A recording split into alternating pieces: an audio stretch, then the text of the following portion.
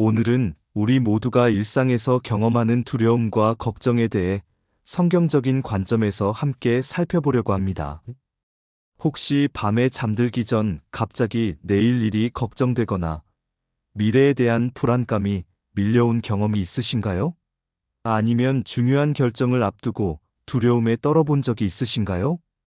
이런 감정들은 지극히 자연스러운 인간의 반응입니다. 그런데 성경은 이러한 두려움과 걱정의 근본 원인이 무엇인지, 그리고 어떻게 이를 극복할 수 있는지에 대해 명확한 답을 제시하고 있습니다. 오늘 이 시간을 통해 여러분의 마음에 평안을 가져다 줄 하나님의 말씀을 함께 나누고 싶습니다. 1. 두려움과 걱정의 본질. 먼저 두려움과 걱정이 무엇인지 성경적으로 살펴보겠습니다. 두려움은 히브리어로 야레라고 하는데, 이는 단순한 감정을 넘어서 우리의 행동과 사고를 지배하는 강력한 힘을 의미합니다. 걱정은 다가라는 단어로 마음이 찢어지듯 아픈 상태를 뜻합니다. 성경은 두려움과 걱정을 두 가지 관점에서 바라봅니다. 첫째는 하나님을 경외하는 거룩한 두려움이고, 둘째는 하나님보다 다른 것을 더 두려워하는 죄악된 두려움입니다. 잠언 9장 10절은 말합니다. 여호와를 경외하는 것이 지혜의 근본이요 거룩하신 이를 아는 것이 명철이니라. 하나님을 향한 경외심은 우리를 지혜롭게 만드는 두려움입니다. 반면 사람이나 환경을 하나님보다 더 두려워할 때 그것은 우상 숭배가 됩니다. 이사야 8장 12장과 13절에서 하나님은 그들이 두려워하는 것을 너희는 두려워하지 말며 놀라지 말고 만군의 여호와 그를 너희가 거룩하다 하고 그로 너희의 경외와 너희의 두려움을 삼을지어다라고 말씀하셨습니다. 우리의 두려움과 걱정이 하나님보다 큰 자리를 차지할 때 그것은 이미 우상이 된 것입니다. 이 두려움과 걱정이 생기는 근본 원인들. 그렇다면 왜 우리는 두려워하고 걱정하게 될까요? 성경이 제시하는 몇 가지 원인들을 살펴보겠습니다. 첫째, 죄로 인한 하나님과의 분리입니다. 아담과 하와가 선악과를 먹은 후 처음으로 경험한 감정이 바로 두려움이었습니다. 창세기 3장 10절에서 아담은 내가 동산에서 하나님의 소리를 듣고 내가 벗었으므로 두려워하여 숨었나이다라고 고백합니다. 죄는 우리를 하나님으로부터 숨게 만들고 그 결과 두려움이 우리 마음을 지배하게 됩니다. 둘째, 통제하려는 욕망입니다. 인간은 자신의 삶을 통제하고 싶어 합니다. 하지만 우리가 통제할 수 없는 일들이 생기면 불안과 걱정이 시작됩니다. 마태복음 6장 27절은 너희 중에 누가 염려함으로 그 키를 한 자라도 더할 수 있겠느냐고 반문합니다. 우리의 힘으로는 한계가 명확하다는 것을 인정하지 못할 때 걱정이 생깁니다. 셋째, 믿음의 부족입니다. 예수님께서 제자들에게 가장 자주 하신 말씀 중 하나가 믿음이 작은 자들하였습니다. 마태복음 8장 26절에서 광풍을 만난 제자들에게, 마태복음 14장 31절에서 물 위를 걷다가 빠진 베드로에게 하신 말씀입니다. 하나님의 능력과 사랑을 온전히 믿지 못할 때 두려움이 우리를 사로잡습니다. 넷째, 세상의 가치관에 물든 마음입니다. 요한일서 2장 16절은 이는 세상에 있는 모든 것이 육신의 정욕과 안목의 정욕과 이생의 자랑이니 다 아버지께로부터 온 것이 아니요 세상으로부터 온 것이라고 말합니다. 세상이 추구하는 성공, 인정, 물질의 마음을 빼앗길 때 그것들을 잃을까봐 두려워하게 됩니다. 3. 성경이 제시하는 해결책.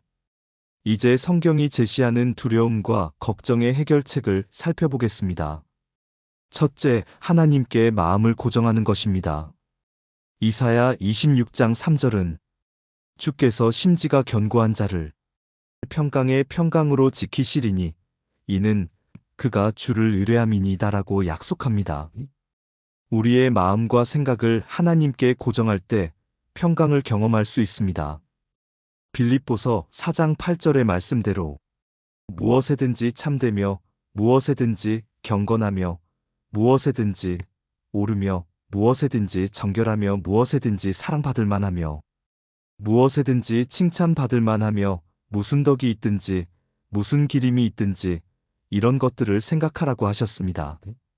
둘째, 기도로 모든 것을 하나님께 맡기는 것입니다.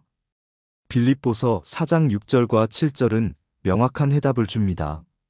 아무것도 염려하지 말고 다만 모든 일에 기도와 간구로 너희 구할 것을 감사함으로 하나님께 아뢰라. 그리하면 모든 지각에 뛰어난 하나님의 평강이 그리스도 예수 안에서 너희 마음과 생각을 지키시리라. 기도는 우리의 걱정을 하나님께 이전하는 영적인 통로입니다. 셋째, 하나님의 사랑에 대한 확신을 갖는 것입니다. 요한일서 4장 18절은 사랑 안에 두려움이 없고 온전한 사랑이 두려움을 내쫓나니라고 선언합니다. 하나님의 무조건적인 사랑을 깨달을 때 두려움은 사라집니다. 로마서 8장 38절과 39절의 고백처럼 내가 확신하노니 사망이나 생명이나 천사들이나 권세자들이나 현재일이나 장래일이나 능력이나 높음이나 깊음이나 다른 어떤 피조물이라도 우리를 우리 주 그리스도 예수 안에 있는 하나님의 사랑에서 끊을 수 없으리라. 이 사랑 안에서 우리는 안전합니다. 넷째, 말씀을 묵상하고 암송하는 것입니다. 시편 119편 105절은 주의 말씀은 내 발의 등이요 내 길의 빛이니이다라고 고백합니다. 하나님의 말씀은 어둠 속에서 길을 밝히는 등불 같아서 불확실한 상황에서도 우리에게 확신을 줍니다. 여호수아 1장 8절의 약속처럼 이 율법책을 내 입에서 떠나지 말게 하며 주야로 그것을 묵상하여 그 가운데에 기록된 대로 다 지켜 행하라. 그리하면 내 길이 평탄하게 될 것이며 내가 형통하리라. 4. 실제적 적용 방법. 이론을 실제 삶에 적용하는 구체적인 방법들을 제안드립니다. 첫째, 매일 아침 하나님의 신실하심을 선포하세요.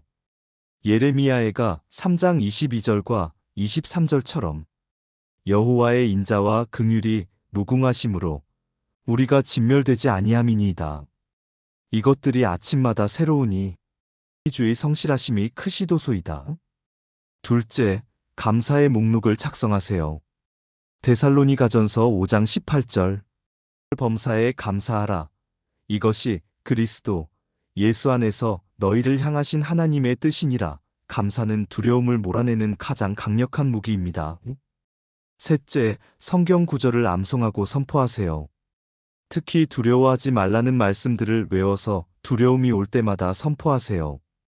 성경에는 두려워하지 말라는 명령이 365번 나온다고 합니다. 하루에 하나씩 묵상할 수 있는 분량입니다.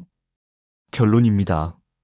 두려움과 걱정은 우리의 연약함을 보여주는 신호등과 같습니다. 그것들이 우리를 정죄하기 위해 오는 것이 아니라 하나님께로 더 가까이 나아가라는 초대장입니다. 시편 23편 4절의 고백을 기억하세요. 내가 사망의 음침한 골짜기로 다닐지라도 해를 두려워하지 않을 것은 주께서 나와 함께 하심이라. 주의 지팡이와 막대기가 나를 안위하시나이다. 하나님은 우리와 함께 계십니다. 그분의 사랑은 변함없고 그분의 능력은 무한하며 그분의 계획은 선하십니다. 오늘부터 두려움이 찾아올 때마다 이것을 기억하세요.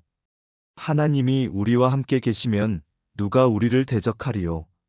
로마서 8장 31절의 이 선포를 마음에 새기시기 바랍니다. 다음 영상에서는 구체적인 두려움의 유형별 대처법에 대해 더 자세히 다뤄보겠습니다. 여러분의 간증을 댓글로 남겨주세요. 하나님의 평강이 여러분과 함께 하시길 축복합니다. 감사합니다.